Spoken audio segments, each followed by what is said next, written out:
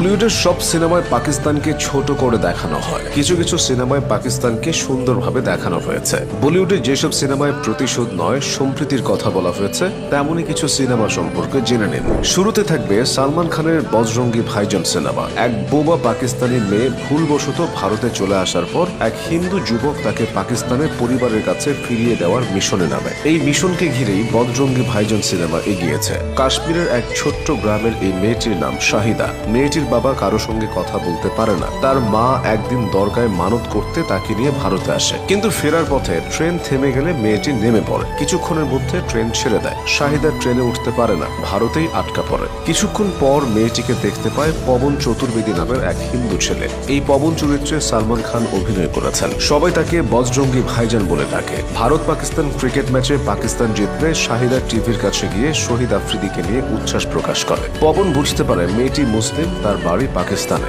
মূলত শহীদ আফ্রিদির নাম থেকেই তার নাম শাহিদা রাখা হয়েছিল। পবন প্রথমে চেষ্টা করে মেয়েটিকে পাকিস্তান হাইকমিশনে পাঠাতে, কিন্তু কোনো সাহায্য পায় না। তাই কোনো কাগজপত্র বা পাসপোর্ট ছাড়াই পবন তাকে পাকিস্তানে পৌঁছে দেওয়ার পরিকল্পনা করে। সে অবৈধভাবে পাকিস্তানে প্রবেশ করে এবং মেয়েটিকে তার পরিবারের কাছে ফিরিয়ে দেওয়ার চেষ্টা করতে থাকে। পবনের পাশে দাঁড়ায় চাঁদ নবাব নামের এই সাংবাদিক। শেষ পর্যন্ত তারা শাহিদার পরিবারের দেখা পায়। শাহিদার বাক শক্তিও ফিরে আসে। এভাবেই বজরঙ্গি ভাইজান সিনেমা শেষ হয়।